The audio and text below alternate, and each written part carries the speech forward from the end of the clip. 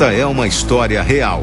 Os acontecimentos aqui dramatizados ocorreram em novembro de 2006, na cidade de Sobradinho, no Distrito Federal.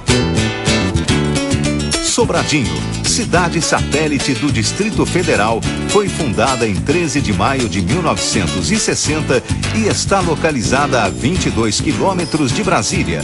Mas nessa próspera cidade, um terrível acidente está para acontecer.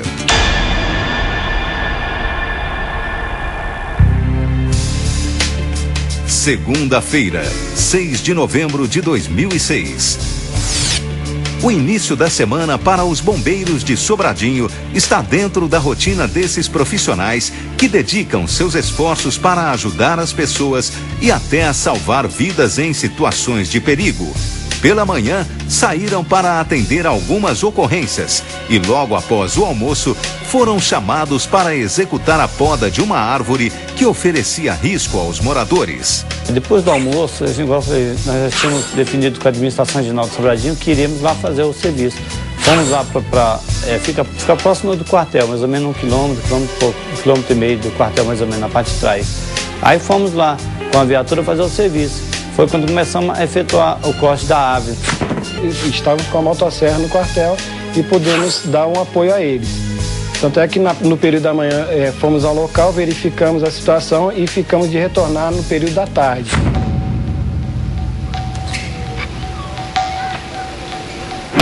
Vamos lá, pessoal. É o seguinte, ó. Começar a podar de cima pra baixo, hein? Rapidinho. Vamos lá, pessoal. Essa árvore tá perigosa, hein? Pode cair a qualquer momento, hein? Muito perto de onde estava acontecendo esse corte de árvore.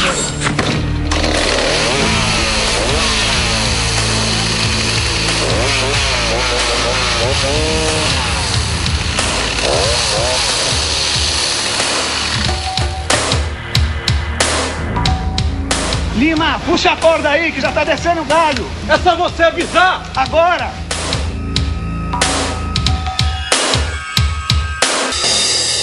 A poda drástica de uma árvore em área pública só pode ser realizada dentro de algumas condições, como, por exemplo, se estiver com o seu tronco podre, ameaçando cair, se estiver seca ou muito doente. O serviço, acho que amenizou, parece que pararam as ocorrências.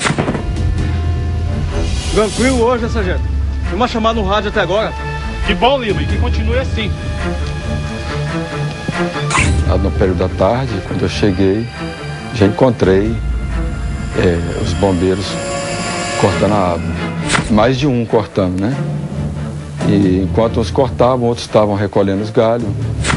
Podar uma árvore é um trabalho perigoso, pois lidar com ferramentas como a motosserra no alto de uma árvore não é nada fácil. A poda deve ser feita sempre com muito cuidado.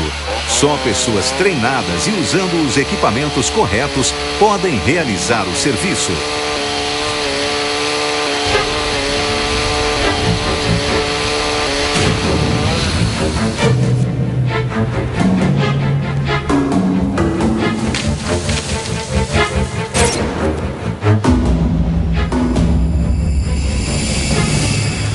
A parte de cima já foi. Agora só falta finalizar embaixo. Deixa comigo que o tronco eu corto. Foi feito o corte da copa com todo o procedimento de segurança, que é o praxe. E chegou-se a um ponto que já, a princípio, não haveria tanto risco, né? Já na etapa final do serviço, Dalberto decide cortar o tronco da árvore sem o auxílio dos companheiros que aproveitam para descansar um pouco. A tarefa seria simples se algo inesperado não resultasse num grave acidente. No momento em que faltava um tronco mais robusto, certo? O cabo Dalberto, ele prontamente se colocou para poder efetuar esse corte. E aí estaria já próximo da conclusão do corte. Então aí a tendência é que todo o pessoal fique mais tranquilo, já dá uma afastada.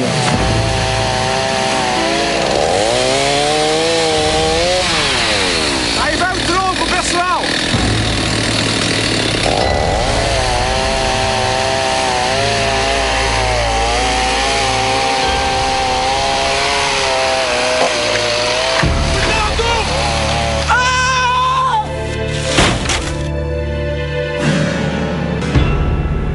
me fiz um corte onde a galha da árvore deveria cair um lado esquerdo. Me falaram que eu joguei a motosserra e a árvore já foi batendo na minha cabeça e já fui caindo e desmaiando.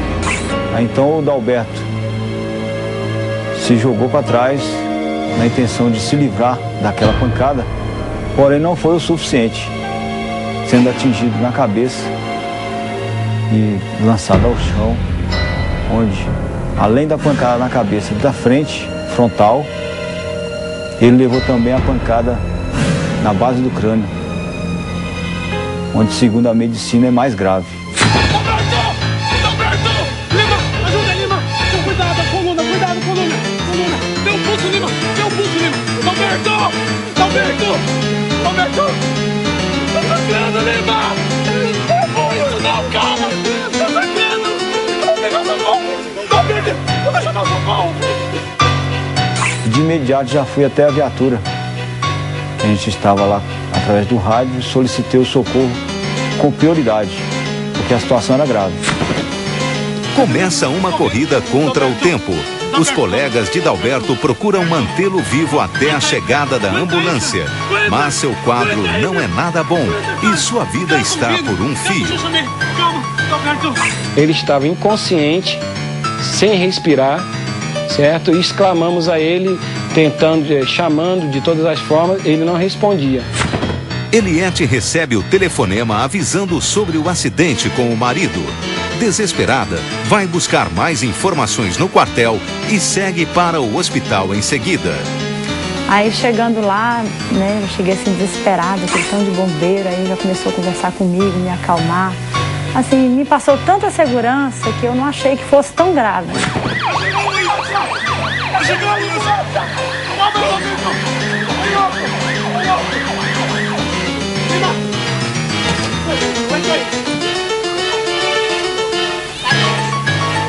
Dalberto é levado ao pronto-socorro mais próximo, mas por não ter recursos para atendê-lo, um helicóptero o leva ao hospital de base de Brasília. O médico já me pediu que o bombeiro providenciasse o helicóptero para me levar para o hospital de base de Sobradinho, porque lá tem um neurologista, onde o hospital de Sobradinho não faria a cirurgia, só o hospital de base, que é onde faz a cirurgia na neurologia, entendeu? E me levaram junto com o médico do hospital de Sobradinho e eu fui para o hospital de base.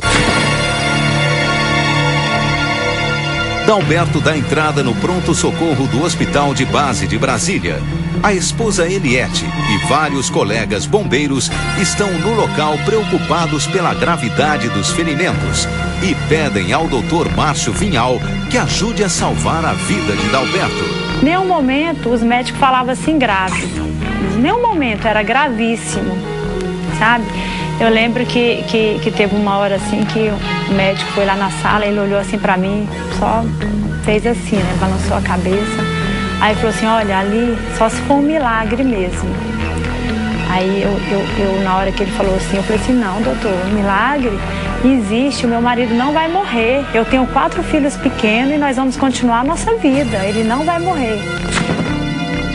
O cabo Dalberto chegou ao hospital em coma profundo, ligado numa máquina de respirar com reflexos fracos, pupilas dilatadas, marcas arroxeadas em volta dos olhos. Sangrava pelos 2 ouvidos e pela boca, devido a um sangramento pulmonar. E estava com lesões graves no crânio e a mais preocupante, uma séria fratura na nuca.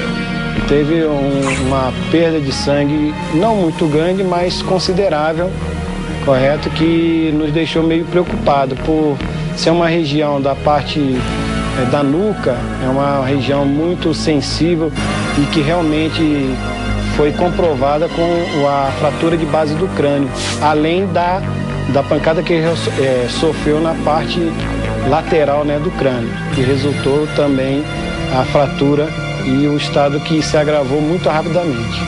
Quando cheguei e vi o Dalberto, ele estava em coma, em máquina de respirar, sangrando. Então, uma situação dramática de ver, com reflexos débeis.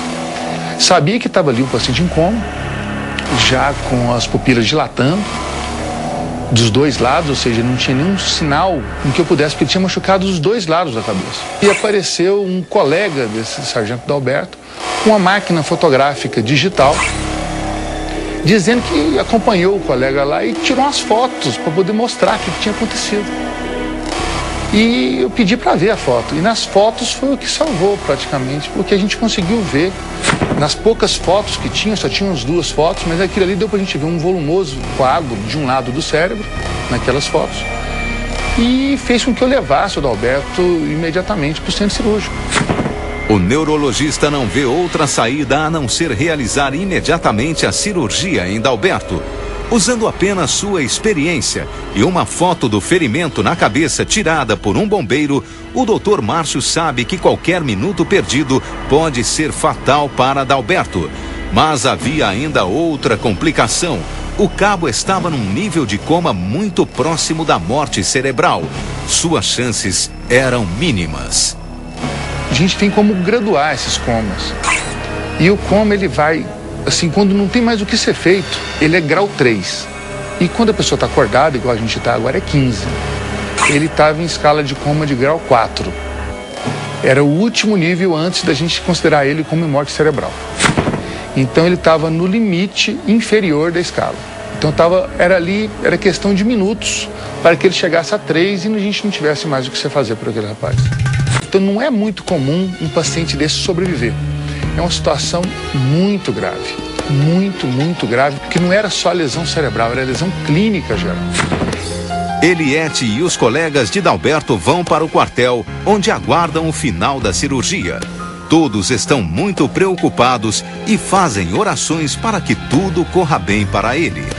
Aí lá nós ficamos rezando, fizemos uma corrente de oração, todo mundo. E alguns choraram porque a situação era grave. A difícil cirurgia é bem sucedida, mas Dalberto continua em coma e necessita ser internado na UTI. Porém, o hospital de base não dispõe de vagas naquele momento. Ele foi ainda em coma, foi removido para uma sala de recuperação. Nessa sala de recuperação ele ficou aguardando vaga em UTI. Os bombeiros rapidamente acionam os diversos hospitais da cidade e encontram uma vaga na UTI do Hospital São Lucas. Então realmente a gente pensou que ele fosse falecer. Mais uma vez a cirurgia é bem sucedida e à noite voltam para casa. Os mais velhos resistem ao sono esperando que a mãe traga boas notícias do hospital. Aí eu perguntava, mãe, cadê meu pai? Ela, não, ele ainda não pode, que ele ainda está se recuperando lá. Quando ela voltava, eu falava que ela nunca trazia meu pai de volta. Após vários dias na UTI, Dalberto finalmente sai do coma. A hora que eu ouvi acordar da primeira vez, que sem mexer com nada do corpo, já começando a responder as questões, foi uma coisa muito gostosa de ver. Foi uma coisa boa de você ver que estava indo para frente, que a evolução dele estava sendo positiva. Em poucos dias, como que por um milagre, Dalberto se recupera quase que totalmente. Avaliado pela equipe médica, ele é liberado para voltar à sua casa e lá iniciar um lento processo de recuperação ao lado de sua família. Quando numa rotineira operação de poda de árvore, um tronco cai sobre um bombeiro ferindo gravemente sua cabeça, ele entra em coma e passa por 2 delicadas cirurgias. Desacreditado, ele se recupera como que por um milagre. Esta é mais uma emocionante história da vida real que você acabou de acompanhar em mais um episódio do Aconteceu Comigo.